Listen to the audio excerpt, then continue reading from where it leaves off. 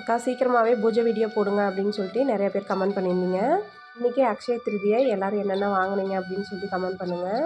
First Akshaya Tritiya அப்படின்னா என்ன, இந்த நாளில் எதுக்காக தங்கம் இதெல்லாம் வந்து வாங்கணும்னு சொல்கிறாங்க அப்படிங்கிறத வந்து ஒரு சின்ன ஷார்ட் இன்ஃபர்மேஷனாக தெரிஞ்சுக்கலாங்களா?